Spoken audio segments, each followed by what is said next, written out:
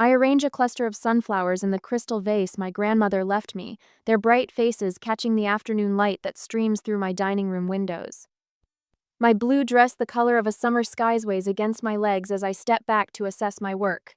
The table gleams, set with my best dishes, a bottle of champagne chilling in a bucket of ice. Everything is perfect for tonight.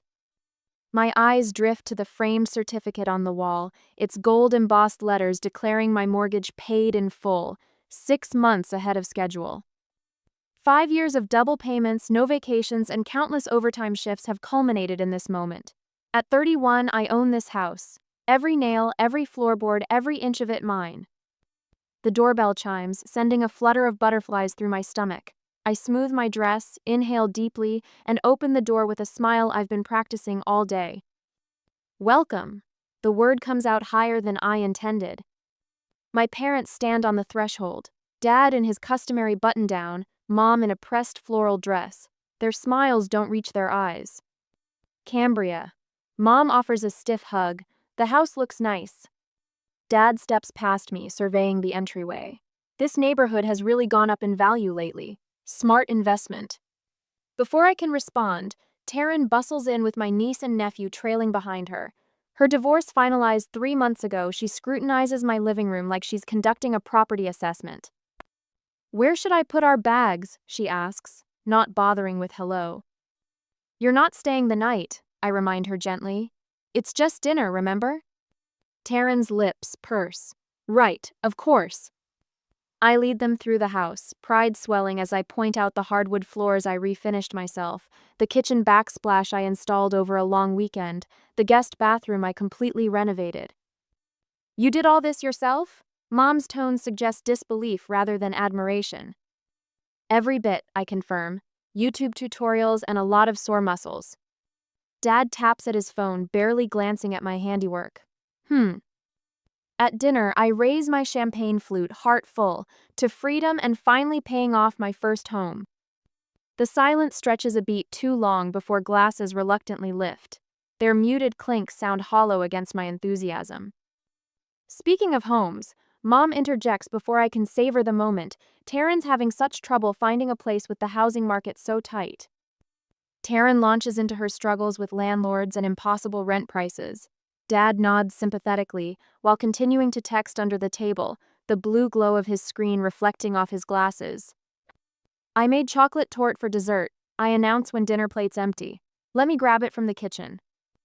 In the kitchen, I slide the torte from the refrigerator, add fresh berries around the edge, and reach for the dessert plates on the top shelf. A floorboard creaks somewhere down the hall. Strange, everyone should be in the dining room. Balancing the torte, I walk toward the sound. As I approach my bedroom, I hear the unmistakable sound of a tape measure snapping closed. I push the door open with my shoulder. Taryn stands in my master bedroom, measuring the distance between walls. She freezes, mouth open. "What are you doing?" "Just curious about the dimensions," she says too quickly. "For decorating ideas." Before I can respond, another noise draws me to my home office. Dad stands there, phone raised, photographing my desk, my files, my personal space. "Dad?" He lowers the phone slowly, no trace of embarrassment on his face. "Cambria." The torte feels heavy in my hands as I back away. Something is wrong, very wrong. I return to the dining room where Mom sits alone, hands folded primly in her lap. When she looks up, the warmth I've sought my entire life is absent from her eyes. "We need to talk about the future of this house," she says. Moments later, we're all seated in my living room, a family tableau that feels suddenly alien. My torte sits forgotten on the coffee table. "Taryn needs a stable home for the children," Dad says, his voice carrying the same authoritative tone he used when I was 10 and caught climbing the neighbor's apple tree. "The family needs this asset more than you do." "What?" The word comes out as barely a whisper. Mom reaches beside the couch and produces a familiar green suitcase me old college luggage. She sets it upright on the floor with a quiet thump. "We've packed some essentials for you," she says, "just until you find your feet again." They expect me to leave. They expect me to walk out of my own house. "You want me to give you my house?" The question hangs in the air between us. "That I paid for?" Taryn shifts on the couch, her children playing with their tablets, oblivious. You can start over, she says with a dismissive wave. I have the kids to think about.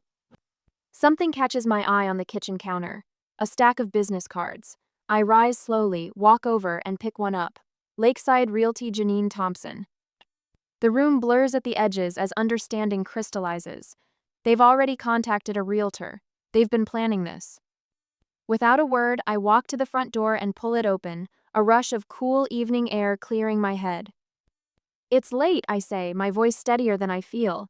You all need to leave. Dad stands, his shadow stretching across my hardwood floors. You'll regret this. We're family. We'll be back tomorrow. As the door closes behind them, I press my back against it, sliding down until I reach the floor. My breath comes in short gasps. Their betrayal burns like acid in my chest. But alongside the pain, something else sparks to life. Something with teeth and claws.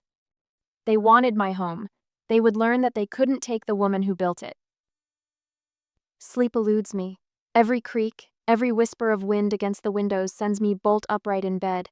3 times I've checked the locks, testing each deadbolt with trembling fingers.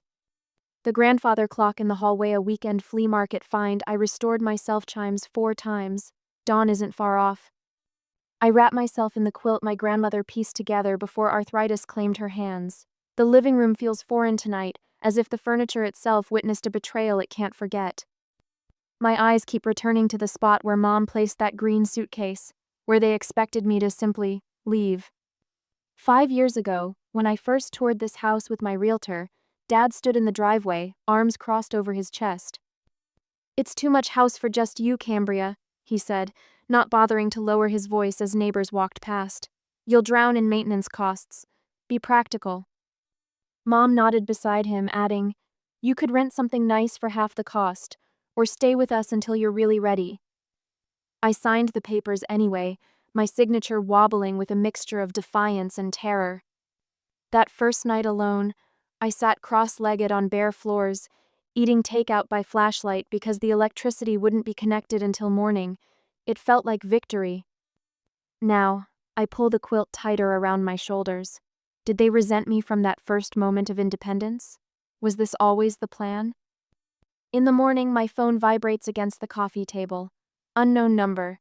My thumb hovers over the screen before answering. Miss Lorne? This is Anthony Spencer from Mid-Central Bank's fraud department. My stomach drops. Fraud department? Yes, ma'am. I apologize for calling so early, but our system flagged some suspicious activity overnight. Someone attempted to add 2 names to your property deed, Marcus and Evelyn Lorne. The request came through our online portal. The quilt slides from my shoulders as I stand. That's my parents. They tried to add themselves to my deed, without my knowledge. The system flagged it because the digital signature didn't match your pattern on file. Miss Lorne, it appears someone forged your signature. I hung up 15 minutes later with instructions to visit the branch immediately. The sky lightens to pewter as I throw clothes into an overnight bag, not the green suitcase. Never that suitcase again. At the gas station on the edge of town, I fill my tank while scanning the road behind me. The paranoia feels ridiculous but necessary. I half expect to see my father's silver Buick pulling up beside me. The drive home from the bank feels like moving underwater. The fraud specialist's words echo with each mile marker. This was a deliberate attempt to transfer partial ownership without your consent. She showed me the forms, the poorly forged signature. The attempt was clumsy but determined, like someone who felt entitled to take what wasn't theirs. I park across the street from my house, surveying it like a stranger might. The blue shutters I painted last spring. The new mailbox post I installed after a teenager's car jumped the curb. The rose bushes I coaxed back from near death after the frost 2 winters ago. An unfamiliar Honda sits in my driveway. My key sticks in the lock. Did they change it already? But the door swings open after an extra push. A young woman with a messy ponytail stands in my entryway, surrounded by moving boxes. She jumps when she sees me. Oh, you must be the landlord's daughter. Her smile is friendly, uncertain. I'm Brittany Nunez, just moving in today. The floor seems to tilt beneath me. Moving in? Yes, I signed the lease yesterday. She rummages through a canvas tote bag, producing a folded document. Your mom said you might stop by to introduce yourself. Here's my copy of the agreement. My signature sprawls across the bottom, a signature I never wrote. The lease grants Brittany occupancy for 6 months with an option to extend. Aren't you supposed to be moving out today? Brittany asks, her eyes suddenly wary. Your mom said you were relocating for work. I call the police from my car, parked 3 blocks away where Brittany can't see me falling apart. Officer Ramirez arrives quickly, his expression growing grimmer as I explain. This is clearly fraud, he says, reviewing the documents. But evicting her isn't something we can handle immediately. It's a civil matter now, ma'am. You'll need a court order.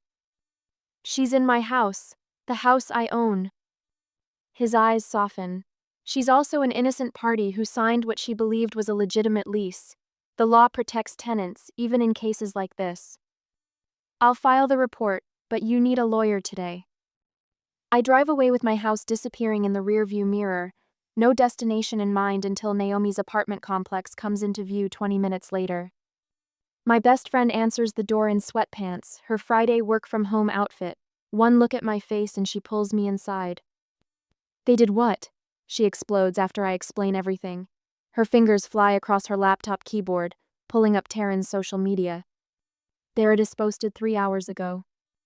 A photo of my living room, my furniture, with the caption, "So blessed, our new family home. Fresh start for the kids and me. Blessed, family first, new beginnings." The comments section overflows with congratulations.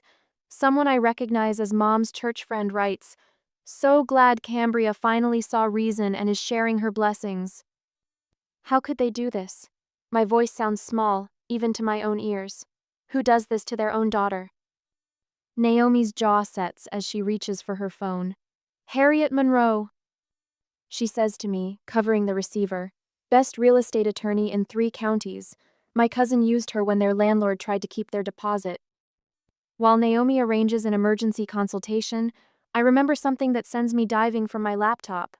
Last year, after a break-in 2 doors down, I installed a simple security system. 4 cameras with cloud storage. I never disabled them. The footage loads slowly, thumbnails appearing one by one. There they are, me family, entering with the spare key I'd given Mom for emergencies only. Footage from yesterday morning, hours before the dinner. Taryn measured my bedroom with a tape measure. Dad is photographing my office. Mom opened my filing cabinet. The footage from 3 days earlier shows Taryn's children jumping on my guest bed. This will be your new bedroom, Taryn tells them, her voice tinny through the speakers. Naomi sits beside me as we watch the most damning clip, dated 2 weeks ago. My parents in my kitchen, heads bent close together. Once we get her out, we'll sell this place and split the money, Dad says clearly. The market's hot right now. Mom nods. She never deserved this house anyway. I close the laptop. The fear that paralyzed me all night transforms into something harder, something with teeth. I know exactly what I need to do now, I say. Later that day, the leather chair in Harriet Monroe's office creaks as I shift my weight. A wall of family photos flanks her law degree 3 generations smiling from wooden frames. I study a picture of what must be her grandchildren while she reviews my documents, spreading them across her desk like playing cards. Your mortgage is paid in full. Every receipt matches your bank statements. Her voice carries the gentle firmness of a kindergarten teacher explaining why we don't eat paste. The property taxes are solely in your name. My fingers twist in my lap. They're still my family. I don't want to hurt them. Harriet removes her reading glasses, revealing eyes that have witnessed decades of human deceit. Cambria, what they're doing isn't family, it's a fraud. The word lands like a stone in my stomach. Fraud, a criminal act, my own blood. They raised me, I whisper. And now they're trying to take what you built. Harriet taps the mortgage document. Nobody gets to steal your house, not even the people who changed your diapers. I close my eyes. Images flash. Mom teaching me to bake snickerdoodles. Dad cheered at my college graduation. Taryn braiding my hair before junior prom. How did we get here? We need to stop them, I say, finally, the words tasting foreign on my tongue. After leaving Harriet's office, I spent the afternoon gathering more evidence. I pull bank statements showing 5 years of mortgage payments. I organize home improvement receipts, the kitchen backsplash, the hardwood refinishing, the bathroom renovation, my name, my credit card, my labor. At the county records office, a clerk with glasses perched on her nose prints my property tax history. Just you on the deed, hon, she confirms. Back at Naomi's apartment, I spread everything across her dining table. The security footage from my home plays on my laptop. Dad examined my office, his fingers opening drawers. Mom rifled through my filing cabinet. Taryn led her children through the house, pointing to corners, saying, "Your toys can go here." The final blow comes when I check my email. A forgotten thread from February, Taryn asking for my advice about a rental property she was considering.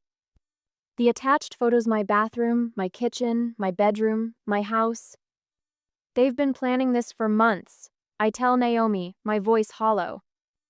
I haven't slept well since that night. On Naomi's pull-out sofa, I stare at her ceiling, afraid to return home. In my dreams, I stand outside my house, watching my family through the windows, living my life without me in it. My phone buzzes with another call from Aunt Judith. I let it go to voicemail. She left 3 messages yesterday about how I'm tearing this family apart. When I finally listen to my father's latest message, his voice sounds different, authoritative. Cold. You're tearing this family apart over bricks and mortar. Your sister needs a home. You have options, we don't. I deleted it without responding. A knock at Naomi's door startles me from reviewing the legal paperwork Harriet prepared. When Naomi opens it, I see Mrs. Halstead, my neighbor for the past 5 years, holding a stack of mail. "Thought you might need these," she says, placing the envelopes on the coffee table. Her eyes, magnified behind thick glasses, hold unexpected fierceness. "I've been watching them, you know, coming and going from your house when you're at work." I blink, surprised. "You have?" Mrs. Halstead nods, her white hair bobbing. "Taking measurements. Taryn had contractors over 3 weeks ago, looking at knocking out that wall between your kitchen and dining room." My breath catches. 3 weeks ago? You're sure? "Honey, I'm 74 with nothing better to do than watch my street. I'm sure." She pats my hand. "You built that house into something special. Don't let them take it." Later that afternoon, I met with Harriet and Detective Carlos Rivera from Financial Crimes. His notebook fills with details as I explain the situation. "We're filing for an emergency injunction today," Harriet says, sliding papers toward me. "And we need to prepare restraining order documentation." Detective Rivera shakes his head. "This is elder financial abuse in reverse. I've seen parents steal from children, but not often children try to steal a house from someone your age." "They're still my family," I say automatically. "Family doesn't do this," he replies, echoing Harriet's earlier words. The next morning, Harriet and I meet with Brittany, the confused tenant from my house. Her eyes widen as we spread documents across the coffee shop table, me legitimate mortgage papers beside the forgeries my family created.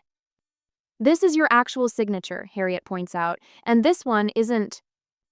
Brittany's hand flies to her mouth. "They seemed so normal. Your dad showed me around, said his daughter was relocating for work. Your mom baked cookies for when we met." My stomach twists. Mom's cookie, sure, signature manipulation tactic. Every important conversation of my childhood happened over fresh baked goods. "Will you testify about who showed you the house?" Harriet asks. Brittany nods, horror evident in her expression. "Absolutely. I never would have. I mean, I'm not part of this." "We know," I assure her, though my trust feels shredded, incapable of extending very far anymore. That night, alone in Naomi's apartment while she works a late shift, I spread old family photos across the floor. Birthday parties, Christmases, vacations. In each one, I search for signs I should have seen.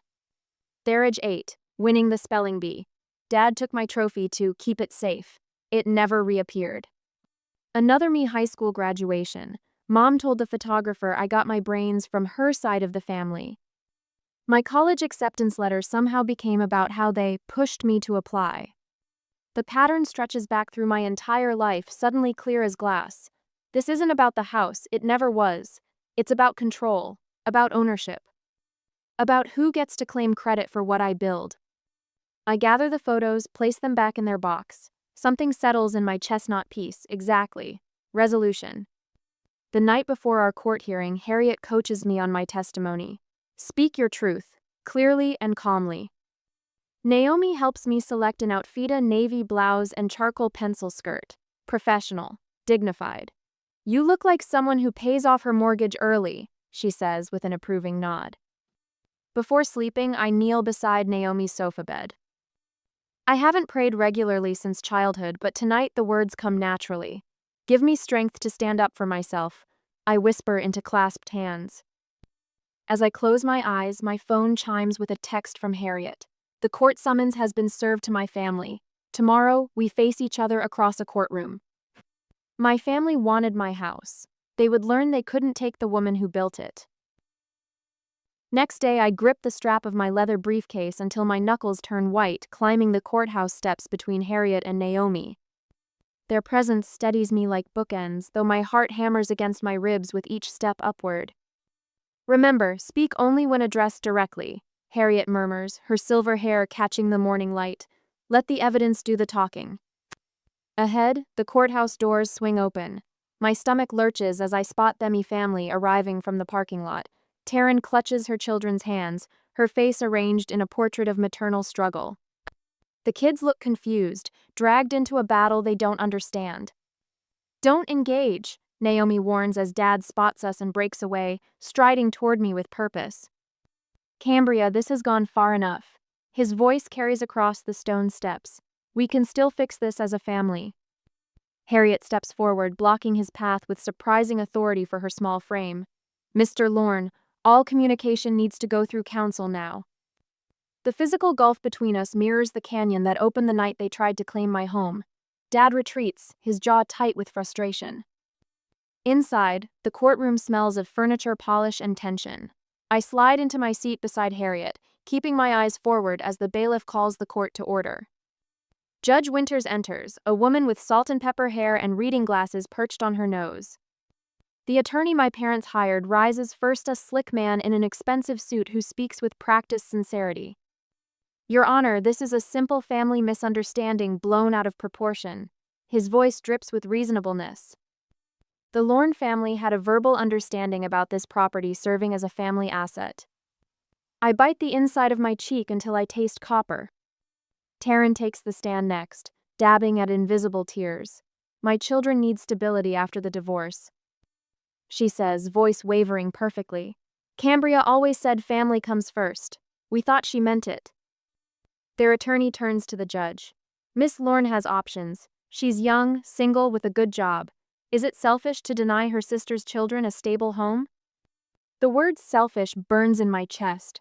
5 years of double payments, of saying no to vacations, of picking up extra projects for bonuses, all to be painted as selfishness.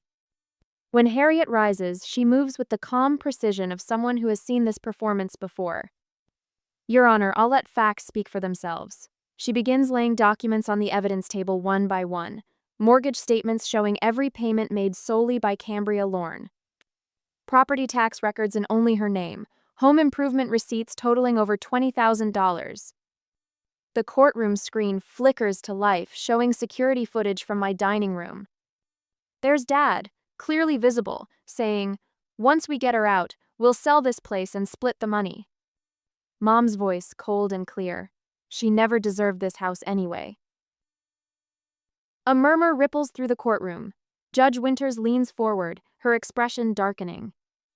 Brittany takes the stand next, nervously smoothing her skirt. Mr. and Mrs. Lorne showed me the house. They said their daughter was moving out and needed a tenant quickly. They had keys.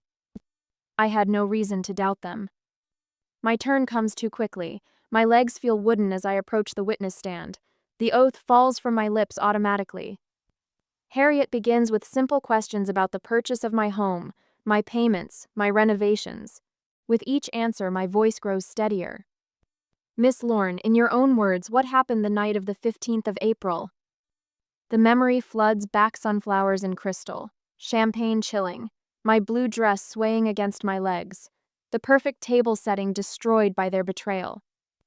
I invited my family to celebrate paying off my mortgage. My voice wavers, then strengthens. Instead, they brought a suitcase they'd packed for me. They expected me to hand over my house and leave. And what was their justification for this? I looked directly at my family for the first time, that the family needed this asset more than I did, that my sister had children and I didn't. Miss Lorne, what does this house represent to you? The question catches me off guard with its simplicity. Truth rises to my lips. 5 years of sacrifice, hundreds of YouTube tutorials, blisters from refinishing floors and installing backsplash, but more than that, my voice breaks, then steadies again. I paid for this home. They didn't just try to take my property, they tried to erase the woman who built it.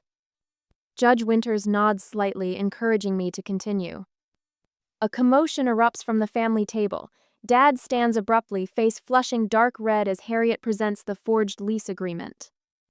This is ridiculous. We were trying to help her manage a property too big for one person. Mom rises beside him, her voice arctic. We raised you. You owe us. Taryn joins the chorus. You've always had it easy. I have children. Judge Winters raps her gavel sharply. Order! When silence falls, she removes her glasses, fixing my family with a gaze that could cut diamond. In my 30 years on the bench, I've rarely seen such calculated family betrayal. She turns to me with unexpected gentleness. Miss Lorne, your restraining order is granted. Your ownership is confirmed without question. She turns back to my family, voice hardening. And I'm recommending further investigation into attempted fraud. This court is adjourned. The gavel falls like thunder. Outside, reporters cluster at the bottom of the courthouse steps. One thrusts a microphone toward me. Miss Lorne, any comment about family property disputes? I pause, finding words I never knew I had. Sometimes the hardest boundaries to set are with those we love most. Dad pushes through the crowd, making one last attempt. This will kill your mother, he hisses. For the first time in my life, I walk away from him without responding, my head finally high. At the corner coffee shop 15 minutes later, Harriet raises her mug in a quiet toast. To justice. The victory tastes bittersweet against my tongue. I've lost my family today. Harriet reaches across the table, her hand covering mine. No, dear. You've lost the illusion of what you thought your family was. Tears spill down my cheeks as I contemplate returning to an empty house that is finally, truly only mine. Next day, the locksmith works in methodical silence, removing the last traces of the locks my family once had keys to. Each metallic click and turn feels like severing another tie to the people who tried to steal my life. These are high-security models, he says, handing me 3 gleaming keys. Nobody's getting in without breaking a window. I clutch them in my palm, the metal edges pressing into my skin. And the security system? All set. Code is your birth date, like you asked. Motion sensors in every room. After he leaves, I stand in my entryway alone. The house feels both familiar and foreign, like returning to a childhood home now occupied by strangers. Except the strangers were my family, and they left evidence everywhere. In the living room, family photos still hang on the wall. Mom and Dad on their anniversary trip to Niagara Falls, Taryn's wedding portrait from 6 years ago. The 4 of us at Thanksgiving when I was 19. Smiling faces, locked in frozen moments of what I once thought was love. My hand trembles as I take down each frame, the weight of false memories heavier than the glass and wood that hold them. I place them carefully in a cardboard box labeled Family in thick black marker. The answering machine blinks with 7 new messages. I press play and my mother's voice fills the room. Cambria, honey, we need to talk. This has all gotten out of hand. Your father and I only want what's best for you. Please call us. Delete. It's Mom again. You're breaking my heart with this silence. I didn't sleep all night worrying about you. Delete. Cambria Marie Lorne, this is childish. We raised you better than this. Delete. I yank the cord from the wall and the machine goes blissfully silent. The doorbell rings. My heart hammers against my ribs as I check the security camera Harriet insisted I install. Not my family, Mrs. Halstead from next door, holding what appears to be a casserole dish. I brought lasagna, she announces when I open the door just wide enough to see her. Figured you might not feel like cooking. I hesitate, then open the door wider. That's very kind. Mrs. Halstead steps inside, her shrewd eyes taking in the packed boxes and bare walls. Good for you, honey, taking back what's yours. You knew what they were doing, didn't you? Before I did. She sets the dish on the counter. Saw your sister with a contractor 3 weeks before that dinner, measuring your porch, talking about removing the railing. Her mouth pinches tight. Not right what they tried to do, not right at all. The validation from this woman I barely know breaks something loose inside my chest. They're telling everyone I abandoned them, that I'm having some kind of breakdown. Small minds need big lies. Mrs. Halstead pats my hand. The neighborhood's organizing a little welcome home gathering for you, Saturday afternoon. Welcome home? I never left. No, she says with a knowing smile. But now you're really here, on your terms. After she leaves, I discover an envelope pushed under my door. No return address, just my name in my father's unmistakable handwriting. Inside, a single note card. You'll understand one day. We meant well. My fingers crush the card, rage burning up my throat. They meant well? They tried to steal my house. They forged my signature. They packed my clothes and expected me to disappear. The backyard fire pit, the one I built myself last summer while my father insisted I should leave it to professionals, seems like the perfect place for their final message. I strike a match, watch the flame, catch the corner of the card, and drop it into the pit. As it burns, I make myself a promise. No more manipulation disguised as love. No more guilt wrapped in family obligation. This house is mine. My life is mine. And no one will ever take that from me again. The autumn light catches the fresh sage green walls of my living room as I arrange a final cushion on my new sectional sofa. 6 months have passed since the courthouse steps, since I walked away from the family that tried to claim what was mine. The house smells of lemon oil and fresh paint, every surface transformed by my own hands during weekends of therapeutic renovation. Perfect timing. I call out as Naomi lets herself in through the front door, carrying a tray of appetizers. The cranberry sauce just finished simmering. She pauses, taking in the dining room table I've set with mismatched vintage china collected from weekend trips to small-town antique shops. No crystal vase tonight, no pretense. Cambria Lorne, she says with a low whistle. When you rebuild, you don't mess around. I laugh, the sound still surprising me with its ease. Wait until you see the office. What was once my spare bedroom, the room Taryn had measured for her children, now houses floor-to-ceiling bookshelves filled with volumes on architecture, design, and psychology. My desk faces the eastern window where morning light streams in while I work on the training materials for the financial abuse support group I started at the Women's Center. The doorbell chimes, and I feel none of the flutter of anxiety that once accompanied that sound. Instead, my shoulders remain relaxed as I open the door to Mrs. Halstead, her silver hair swept into an elegant twist, carrying a homemade apple pie. Happy Thanksgiving, dear, she says, squeezing my hand. First of many in your sanctuary. Behind her, Harriet climbs my front steps, accompanied by 2 colleagues from my support group. Their faces light with warmth rather than the calculating assessment my parents brought to this same threshold half a year ago. Welcome, I say, and this time my voice holds steady. An hour later, we gathered around my tablano empty chairs waiting for approval that will never come. Steam rises from dishes prepared with care rather than anxious perfection. The conversation flows without the undercurrent of judgment that used to make family gatherings feel like treading water with weights strapped to my ankles. Before we eat, I say, lifting my water glass, I want to toast to the family we choose and the boundaries that protect us. Glasses clink with genuine enthusiasm, not the hollow sound of obligation. Later, while serving pie, Naomi nudges me. That promotion came at the perfect time. I nod, thinking of my office at Midwest Pharmaceutical, where I now manage a team of 6. Peterson actually said it was my newfound assertiveness that clinched it.